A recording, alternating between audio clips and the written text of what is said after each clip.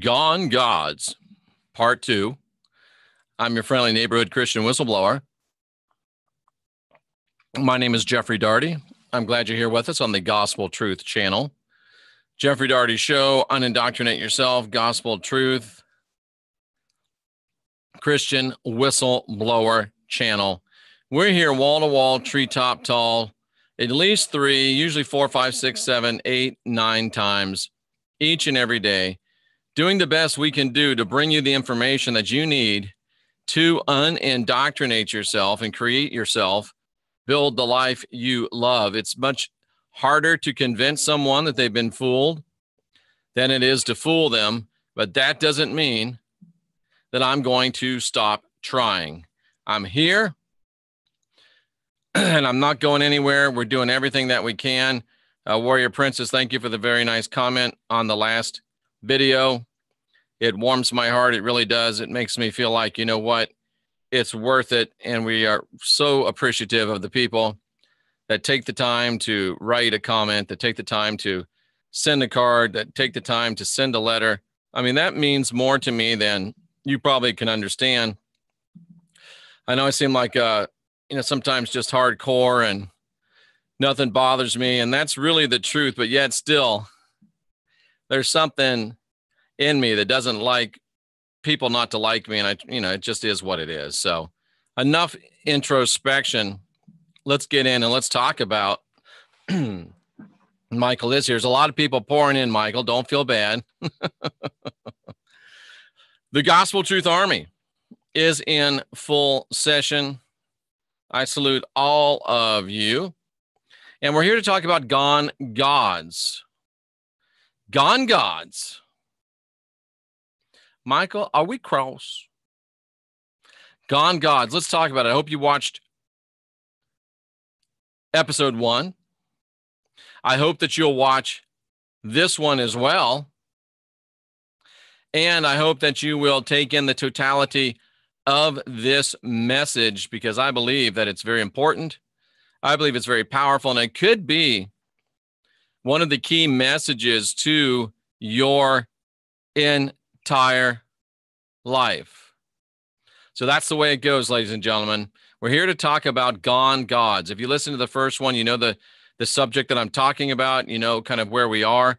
But the whole idea is that the Elohim came, put everything that we needed here to get us into a situation to be able to be in control and in dominion over this world. And then they took off. They didn't take off. They just took their hands off, and they're watching, they're observing. I thought it would be very helpful to give you a timeline. Hello, Mr. Smith. I thought it would be very helpful to give you a timeline to understand what's happening by understanding what has happened. And I think that will be very helpful to you. So yesterday we talked about how everything started. Everything started when the Elohim came from somewhere else. Thank you, Rocker Chick. Here you go. This is just for you. The Elohim came from somewhere else. Not sure where. There's 7 other celestial places mentioned within the scriptures. So I'm convinced they probably came from some of those places. And interestingly enough, there's typically thought of as 7 Elohim. So is there one from each of these 7 places that are mentioned in the scripture? So I think it's interesting. I think there's a lot of great speculation, and we don't know everything, and we don't have to know everything. We just have to know what's going on now. So the Elohim came. Among the Elohim was a reptilian representative, and he might have been from the Draco star system. I don't know. They tell me that's where reptilians are from, but he was he that shall not be named, the rat bastard, and he was among the council of the Elohim. He was a full-fledged Elohim. And they created the heavens and the earth. That was in Genesis 1:1. Everything was great. Isaiah showed us, Jeremiah showed us, hello everyone, that they did create men and women in sufficient numbers, that they were gathered into cities. They did create birds and wildlife. They did create lush vegetation. That's exactly who he is, Mr. Smith. He's a dragon. Very well played. And that gets into the second part of our story. But they were there. They created all of this. They created, the heavens. Quetzalcoatl is a plumed serpent. That's right. So they actually created this earth.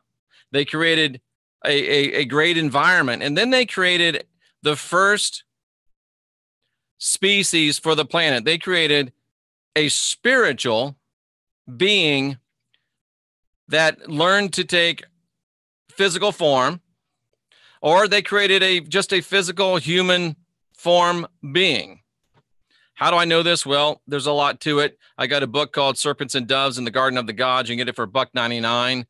Ebook, 20-ish for the paperback. It was featured on Coast to Coast AM. Pretty good stuff.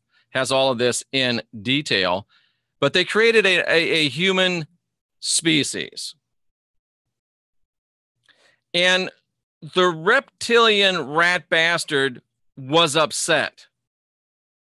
I think that he was falling prey to the low reptilian mindset. He's probably the lone reptilian representative among the Elohim. And I'm thinking that most of the other representatives must have been humanoid looking. I seriously doubt that there would be a blue avian amongst. No, because that's just a profit-driven creation here within the last few years. Those stupid blue birds. So anyway, let's just say that tradition's right and there's 7 Elohim. And let's just say that he's the only, yes, they can, Michael. I think the Bible clearly states that he's a dragon. And he that shall not be named is reptilian. I kind of see him as the Gorn on Star Trek, to be honest with you. Blue Tove. And all the other 6 are more or less much more humanoid than him. And this first creation's humanoid. And how do I know it's humanoid? Because let's just look at this. I know that you guys don't always trust me, even though I'm the most trustworthy, harmless little fuzzball on the face of this entire planet. I don't know why you wouldn't trust me. But Jeremiah chapter 4, verse number 23. Jeremiah says, come on, man. Get it together, Jeff. Get it together. I beheld the earth, and lo, it was without form. This is after the creation of Genesis 1:1. This is after what happened, and I'm about to tell you what happened. But I want to show you that it was men, it was humans, because look, there was no man. There was no man. Verse 25. Close your eyes if you don't like to see the screen rolling. I just got the idea that somebody might be saying, oh man, he makes me dizzy with all the screen rolling. But hey, that's the price of unindoctrination. 4:25, there was no man. What's a man? It's a Adam, which is what? A man. Mankind, humanoid. So they created this humanoid species. Oh, I didn't show you that. I will stop not showing you. See, I'm speaking to myself.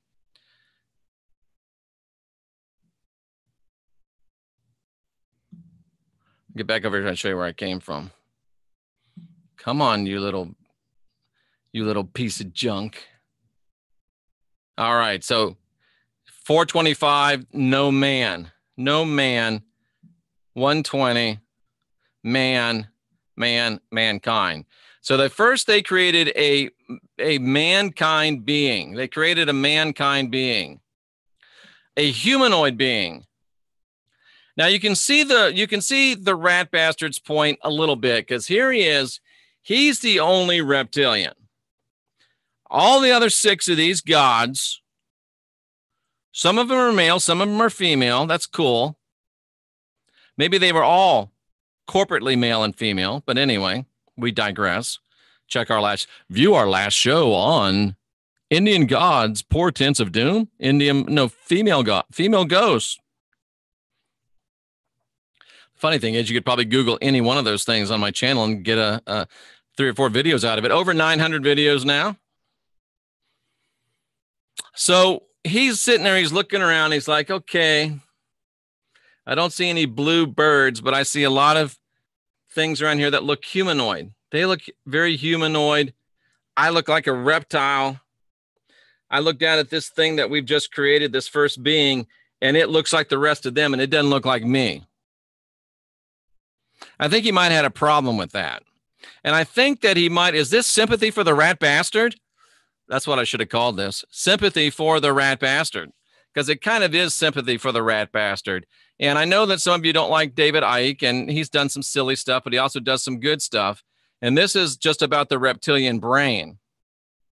What the reptilian brain does, what it's responsible for in humans, is obsessive compulsive behavior. All of these things don't look like me. They're out to get me.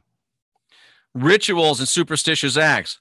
All of these things don't look like me. I know they're out to get me. Slavish conformity, old ways of doing things. We never did it this way before, even though he knew he was part of a new thing. Obeisance to precedents, responding to partial representations. It looks to me like they're trying to single me out and do away with me, so I'm going to act like that's really what's happening. And then also in the reptilian mindset is displays, what's that called? It's called where they fluff up their neck and all ritual displays of aggression, and also very fast acting rage, fear, fight or flight. That's all in the reptilian brain.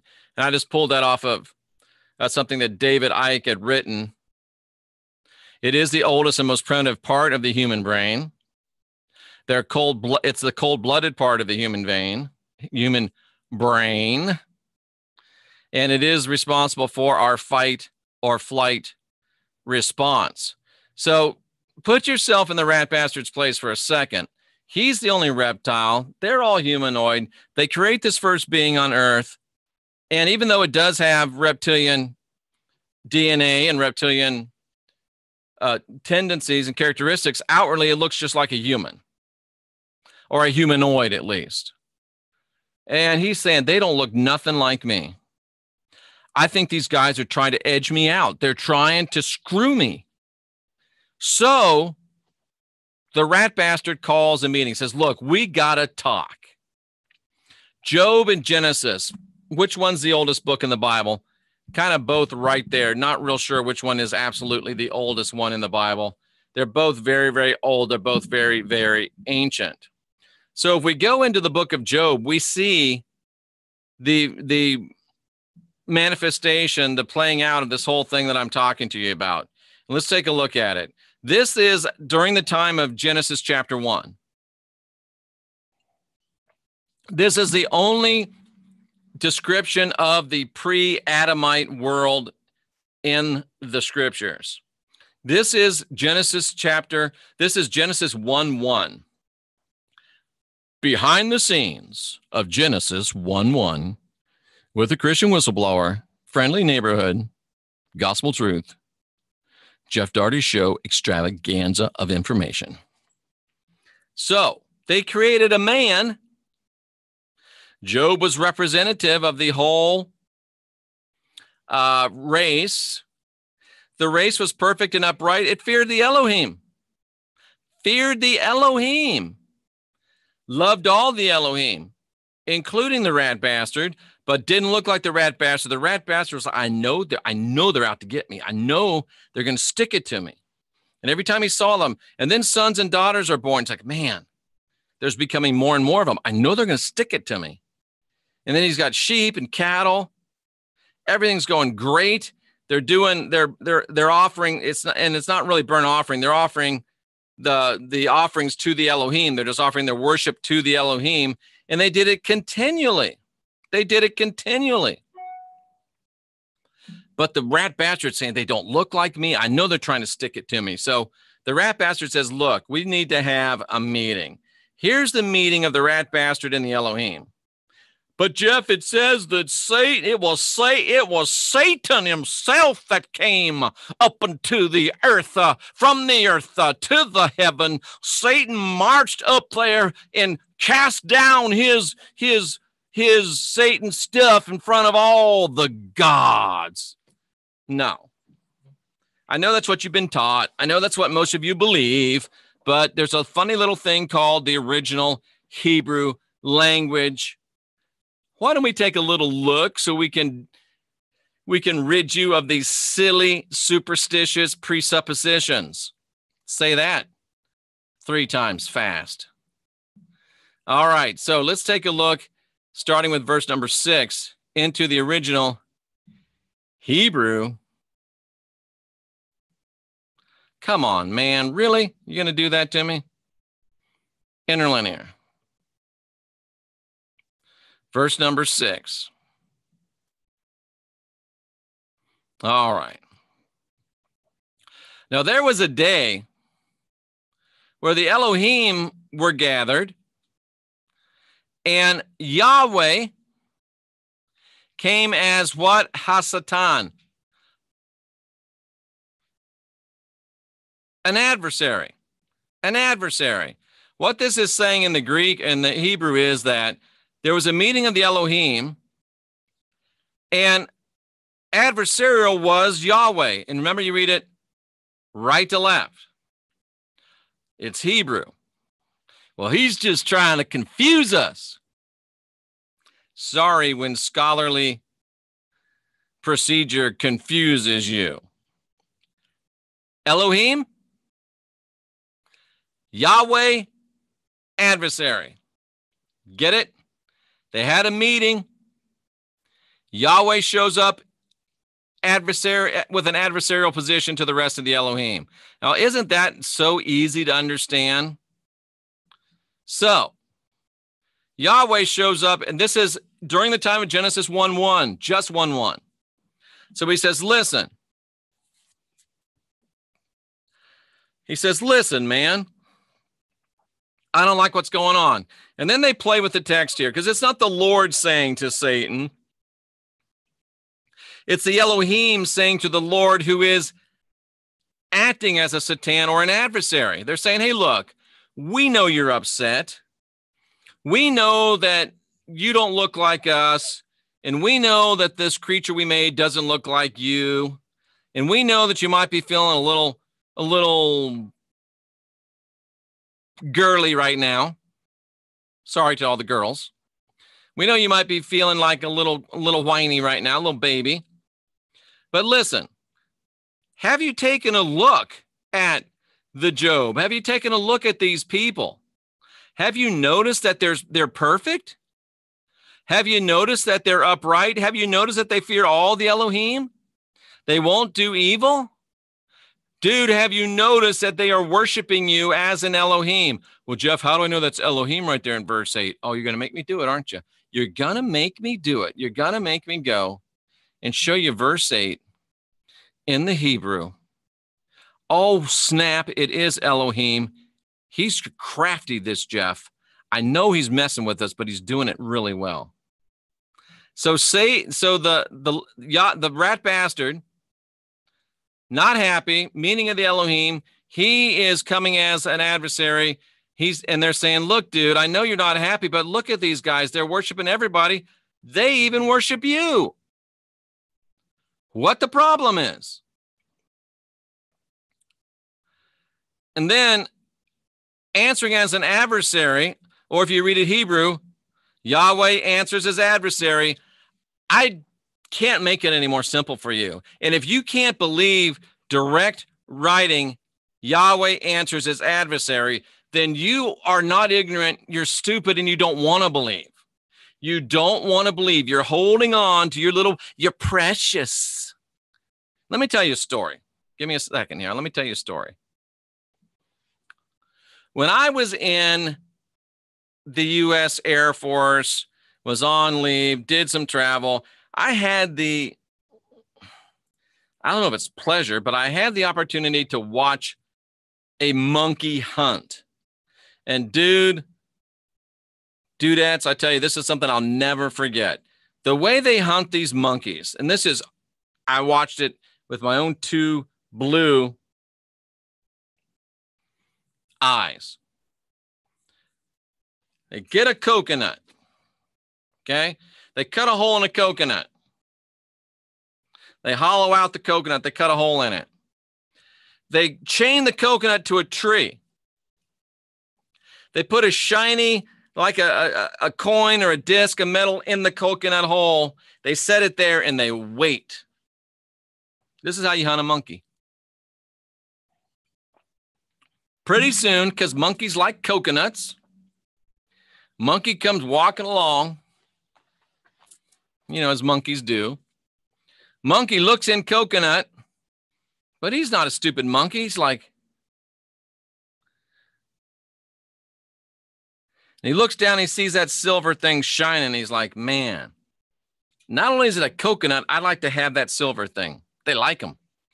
So the monkey reaches his hand in through the hole, right?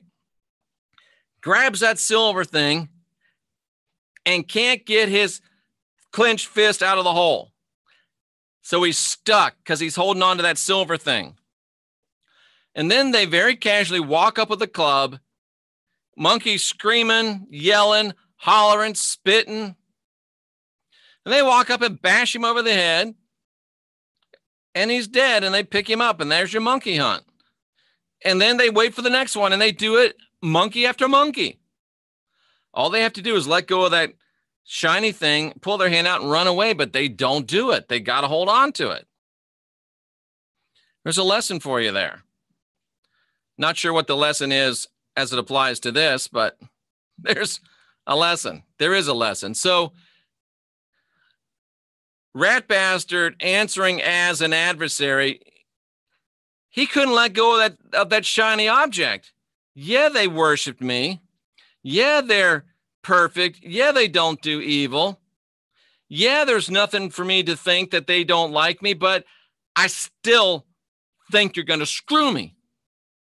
So he says, listen, these people don't fear you for no reason. You put a hedge about them. You give them everything they want. You give them everything they need. And he's like, take some stuff away from them, and I bet you they will act differently. Long story short, the Elohim said, no way, we're not going to do that. That's terrible. Rat Bastard gets into his reptilian mind, flies off the handle, does all this stuff to the humans, to the Job. And finally, it gets so bad that the Elohim are like, dude, you got to stop. We're going to have to remove you. We're going to have to send you back to Draco or wherever you came from. And then he gets so crazy that he just blows everything up. He just destroys the whole world. That's what happened. That's the was between Genesis 1:1 and 1:2. Rat Bastard acts like his low reptilian self, afraid they're going to stick it to him, blows everything up. Blows everything up. Let's stop a second and go back through this and see what people are saying here. I want to keep you in. I want to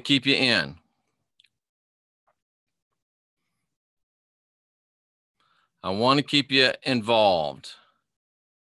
Okay, I remember the dragons. Okay. Oh boy, is he loud. Well, there's a funny little thing called a volume switch on your computer, Tiffany. How do I get a wrench? Well, I don't need any more wrenches right now. I was thinking Jeff Spicoli. No screen. That's not my problem. But I helped him drink his wine. Jeremiah was a bullfrog.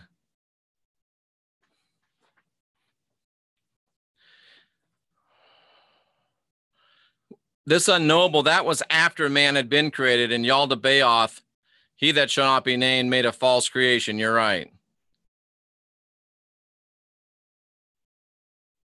And David Icke has got some good stuff. He really does.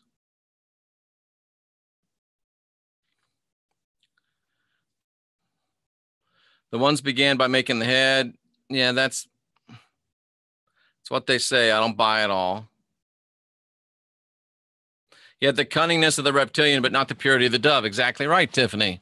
You must have read the book. No, Wayne's reinforcing what I taught. I'm not reinforcing what he taught. I'm just joking, obviously. No, he doesn't work under the table for the Elohim. I don't think so, Michael, but that's an interesting question. Good evening, Mr. Daugherty. Thank you, Mr. Johnson. Scary sight, good story. Planet of the Apes. Yeah, that was good. I feel like the monkey will let go of the silver disc.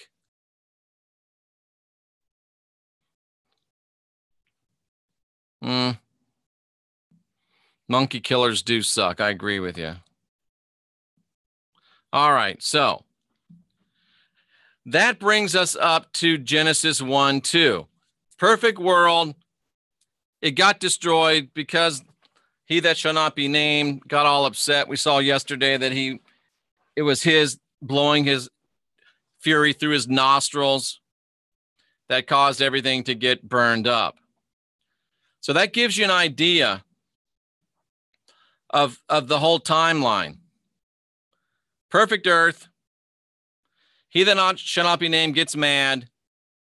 Everything's wiped out.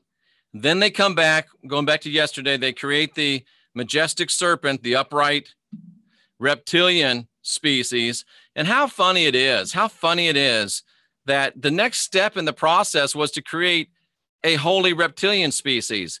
And the rat bastard was so paranoid that he couldn't just wait.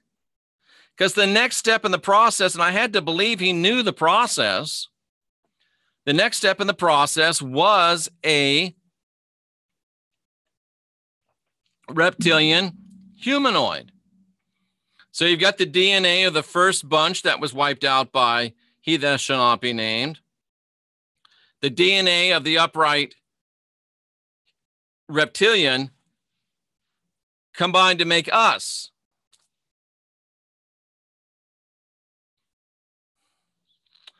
Veltman, you're not confused. So rat bastard's kicked out of the Elohim. He becomes what's called the prince of the power of the air, and he goes to work trying to deceive us, and he's done a great job of it. Right now, the rat bastard is walking to and fro in the earth, seeing who he can deceive. Yeshua never existed, Veltman.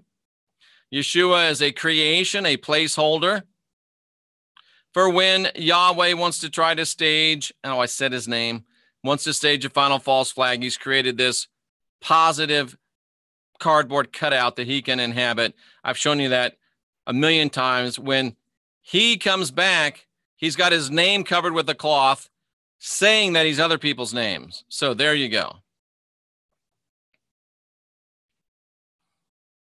There you go. So that brings us up to the point of where we are, us created Genesis 1:26. And that was when they said, right after that, right at the beginning of Genesis chapter 2, they said, listen, we've given you everything. We've given you all the spiritual power. We've given you all the physical power. We've given you all the authority. We've placed in you everything that you need to be in charge of this planet.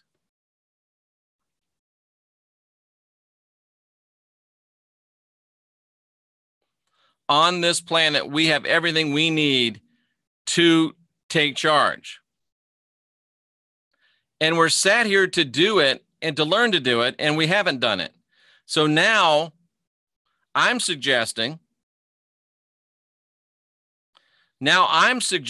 that we go to the gods. Now, who are the gods, Jeff? Well, here's another point in the story. it certainly looks like there is the inexpressible ones. It certainly looks like there's Sophia and her consort. It certainly looks like there's the Elohim. It certainly looks like there's us, but it seems to be that between us and the Elohim, there might be another level of beings, which was called in the Sumerian scriptures and in some of the other sacred, in most of the other sacred writings outside of the Bible. Thank you, April. They're known as demigods. So this is, in my studied belief, after 36 years, 100,000 hours of biblical study, now 36 years of study that really spans the spectrum, that there are these demigods between us and the Elohim. These are those demigods. These are those gods that are the gods that are our ancestral gods. To me, Danu. Let me pull up my list and tell you who I'm talking about when I talk about demigods.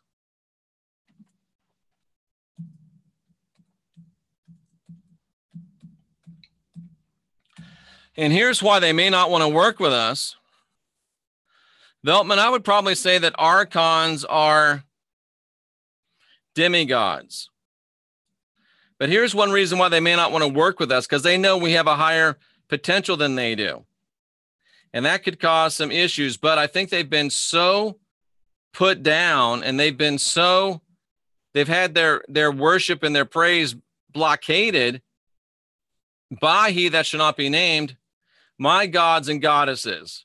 People like Anya, Brigid, Caridwen, Danu, Ipana, Rhiannon.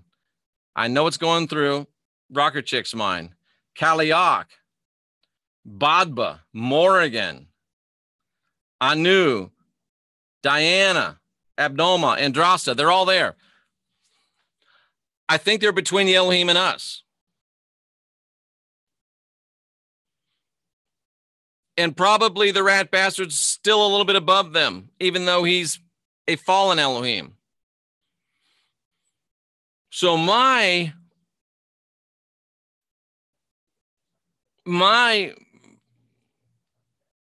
belief is that since it's demonstrably provable, the Greek gods would be demigods, Frank.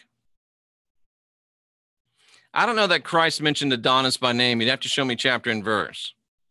But at any rate, it was these gods that the rat bastards systematically blockaded their praise and their worship. We've talked about that. So now that the rat bastard has proven that he's a terrible husbandman of the vineyard, a terrible husband of the vineyard, and the parable of the wicked tenants shows that we have the right and the ability.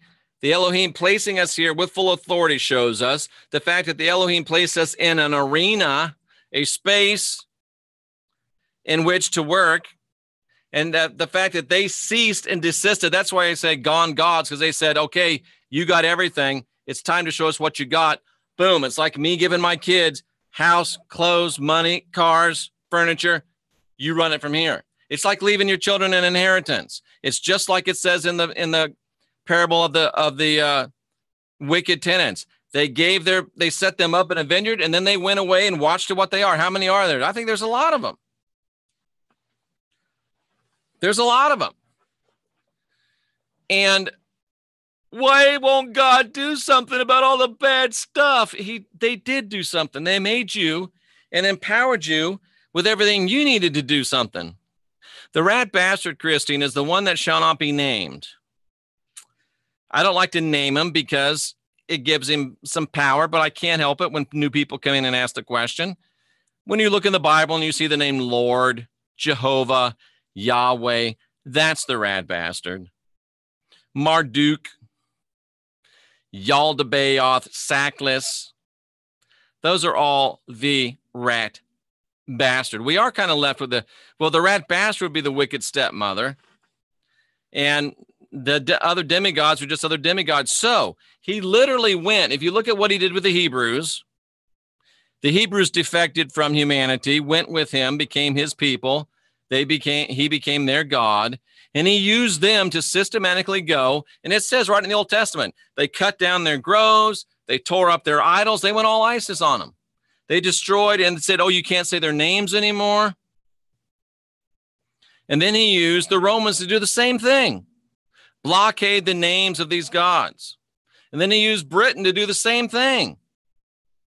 Notice that he never does any of his own wet work, the rat bastard. But he's so brilliant that he's Charlie Manson and everybody. He gets them to do what they want him to do. He's not in the killing business. He's in the fooling business. And business is a booming, and he gets people to do the killing. They're in the killing business. And guess what? Cousin, business is a booming. I don't even know where Mount Meru is. So I don't think we have to go there. So these demigods have a vested interest, because if 1,000 years is like a day, if a day is like 1,000 years to them, it's been a couple weeks that he has blockaded their praise, that he's blockaded their worship. And you think about it, if you got a bad neighbor who's doing stupid stuff, or a bad girlfriend, bad boyfriend, you know, you'll take it for a couple weeks, depending on how good the sex is. Let's just be honest. You'll take it for a couple weeks, but then you're like, hey, listen, enough's enough. So it's been a couple weeks. And they are probably getting tired of having their worship and praise blockaded. So I am saying that we not only can, but we must. We are called to, in order to fulfill our, everybody thinks in the new age that we're just going to sit around and count unicorns and rainbows and turn over angel cards for each other and stroke each other's egos of how spiritual we are and channel Pleiadians and pet blue chicken people. And that's supposed to be how we're going to grow. That's supposed to be how we're going to ascend. That's how we're going to be coming to our fullness through the... And it's exactly the opposite. It keeps you occupied doing ludicrosities, idiocracy, silly, stupid stuff. Instead of realizing, wait a minute, we've been given the dominion, we've been given the authority, Rat Bastard's doing a terrible job, we're still in training, we want to evict him, but you know what? I remember there's not been many times where I had to get into a fight, but I knew sometimes that if I was going to get into a fight, or more importantly, if I didn't want to get into a fight, I go get some of my big, bad buddies to go with me and explain the situation to the person that I was in opposition to. And guess what? The more big, bad, burly, bruising guys and gals you got with you, the better your argument sounds.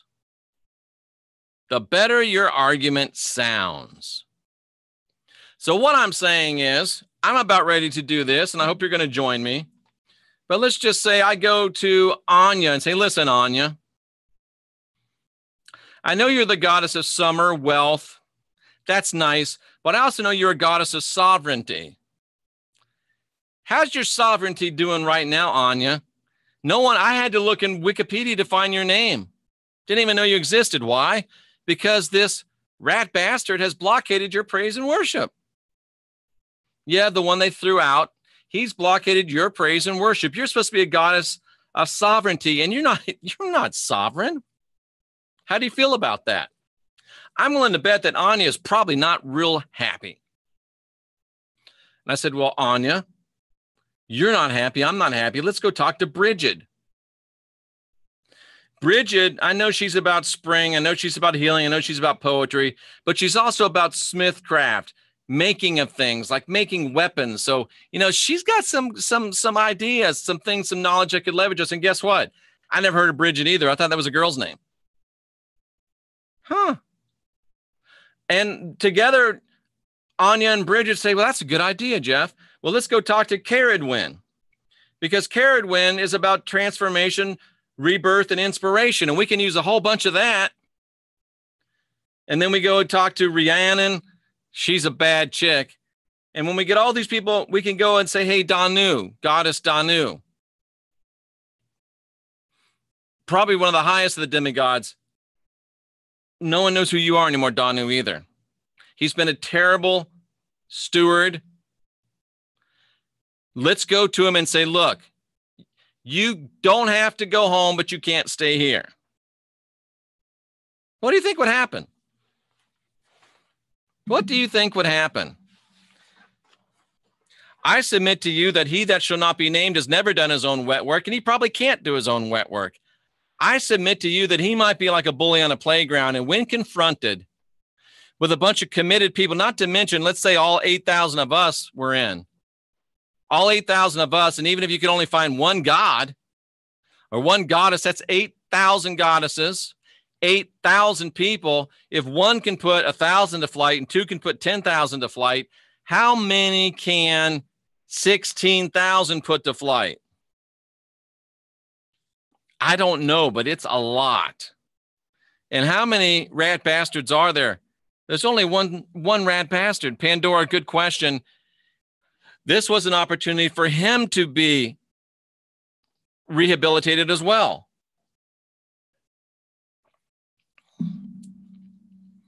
Now, Tiffany makes an interesting statement. She says she's giving her demigods praise. Now, there's a big difference between praise and worship. Praise is respect, honor. Like Danu, I give you some praise. But, Tiffany, make it quid pro quo. Quid pro quo, Clarice. Don't just give your gods praise, Tiffany. This is my opinion. If we're trying to work this thing, I want us all to be on the same page.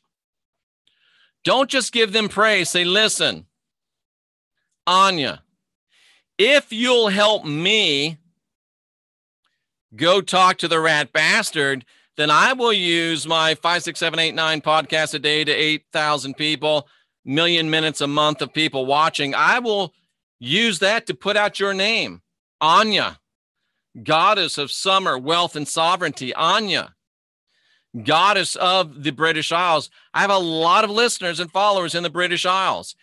Quid pro quo. Anya, you help me, I'll help you. If Anya doesn't want to help me, I'm not going to help her. Quid pro quo. Something for something. Like they say in American Gods, give a little, take a little. It's the way it goes. Thank you, Tiffany. I think it was rather cool as well. A noble one, please try to stay on topic. You're putting out good information, but it's all over the place. Let's try to focus. Squirrel. Let's try to focus right here. So that's what I'm talking about with, like Davey and I, we have roughly the same gods. Because Davey said there's not really any indigenous Scottish gods, which is really surprising to me, but I believe Davey.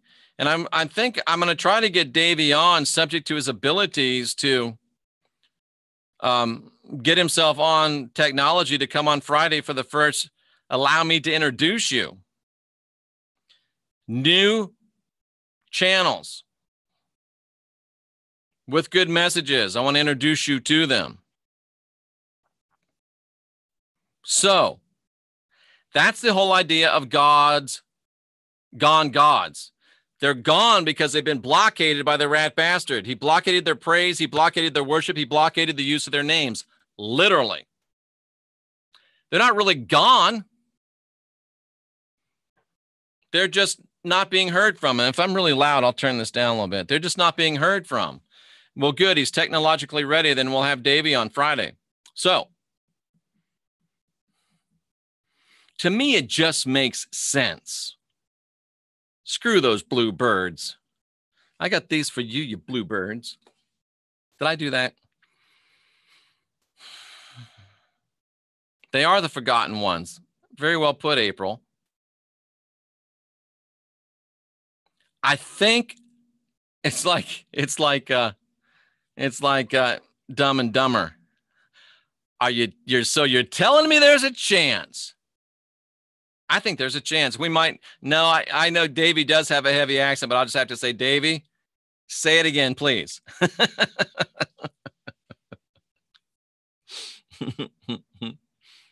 And I saw another one of Davey's videos. He's actually got a nice little background situation going there. So that's your timeline from where we were to where we are. And all we're really trying to do, it is a lovely accent. All we're really trying to do is fulfill the plan that was supposed to have been done 10,000 years ago, or whenever the Elohim came here and created us. All we're doing is what we're supposed to do. All we're doing is what we were set out to do. So I'm asking you to go to if you choose to, your mission, should you choose to accept it. Dun, dun, dun, dun, dun, dun. Anyway. Go to your ancestral gods. Look them up. Find out who they are. Learn how to pronounce their names. Do not go to your god and call her Ain when her name is Anya. Learn how to pronounce their names.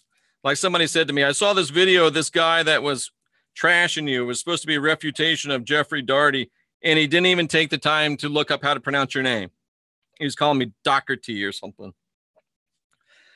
That's because people aren't really doing research. They're just decided what they want to believe, and they just look for something to support it. That's not research. Study your gods, contact your gods. We want to kick this off in November.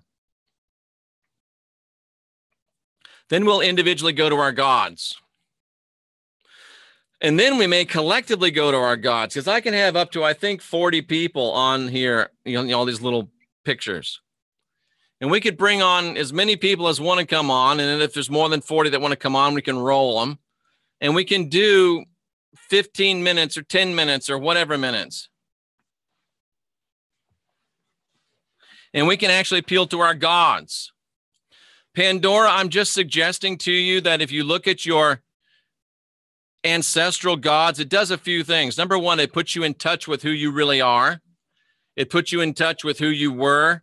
It puts you in touch with your ancestry and with the gods that your people were originally associated with. The thought being that because of those genealogical connections, they may be more willing to work with you. They may be more willing to work with you. Do Masons have their own gods, Veltman? And I'm not trying to debate. I'm asking you a straight up question.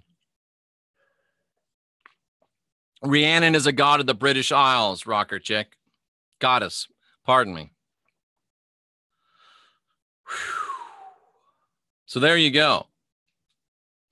An invocation to the universal pantheon of gods and goddesses. The only problem, I got a couple of problems with that, potential problems.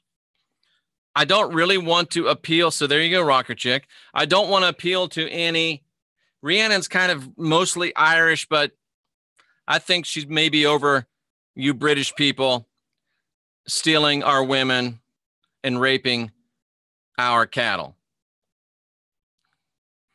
Same thing they did to the Scots, right, Davey? I would be interested in talking to somebody about Masonry. I'd be very interested in talking to someone on the channel. Maybe we can do a three-way with Veltman, Dyer, and your friendly neighborhood fuzzball, harmless fuzzball Christian whistleblower. Run, cows, run. But thought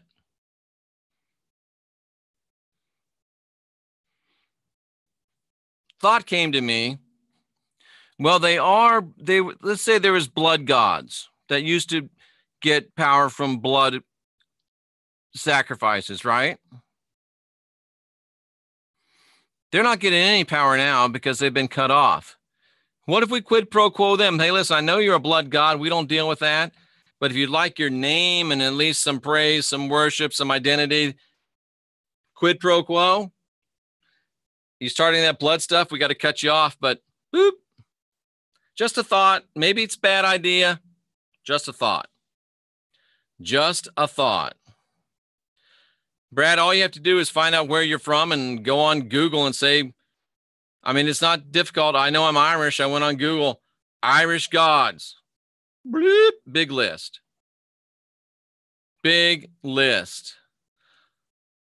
Oh, oh man, bluebirds.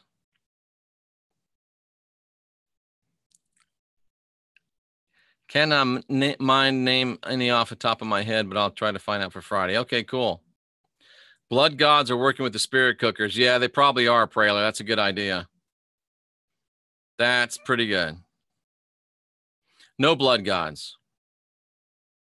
I'm a Gaia girl through and through. I think he means Gaia TV network, Phyllis. You may mean Gaia Sacred Earth. I don't know. They're everywhere, those silly little blue bastards. All right, so there you go. That's my story. I'm sticking to it. That's Gone Gods, Chapter 2. Now it's up to you. Are warrior gods blood gods? I don't think necessarily, Tiffany. Wouldn't Danu have an argument with that, Davey? I don't know. Thanks, Lee. All righty, there you go. Bonsai the Walking Tree. I saw that message the last 3 times you posted it. I think I addressed that. And we won't appeal to those gods that demand blood. Simple, easy peasy. That's why I'm encouraging people to do some research. Research. I think you got it backwards, Cindy. That's at least the Irish person's point of view, that most of the world's culture came from Ireland and spread from there. Can we believe in them as higher beings, but not so much as gods? Well, they're demigods, so they're not really gods. They really are higher beings. How did the rat bee get the power? He stole it. He stole it because he's a master timeshare salesman.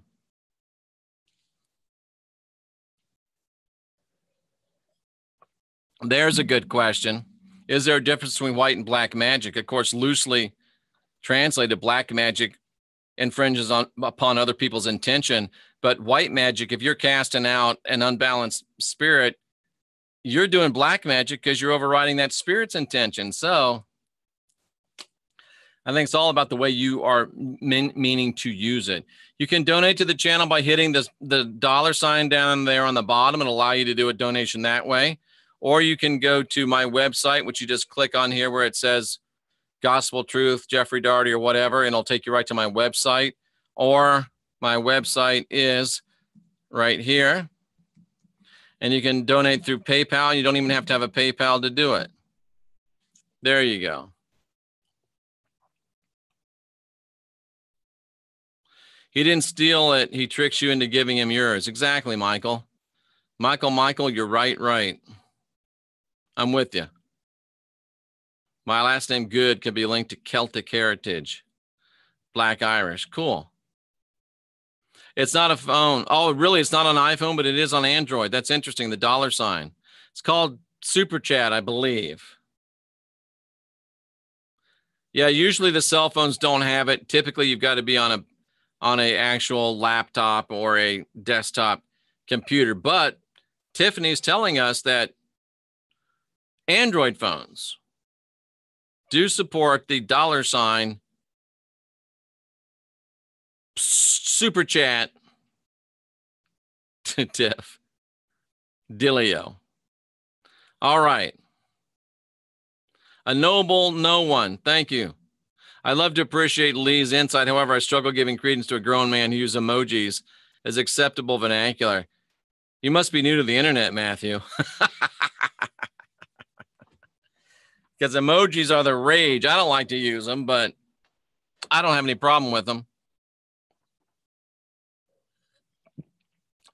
From his Samsung S8, or is that what it is? S8? Yeah, those are supposed to be a super nice phone. It's not an S8, is it? What's it called? Galaxy 8. It was, right? Galaxy S8. S8. Anyway. So there you go. And I think, please don't use the poop emoji. I hate the poop emoji. Here comes 15 poop emojis. I can feel it. Galaxy S8 Edge Plus. Wow. That's what Rocker Chicks got rocking too. Thank you, Licinius 9. I don't know that I've seen you before. All of you that are new, thank you for being here. All of the moderators, thank you for being here. I have an iPhone as well. Don't release the Veltman.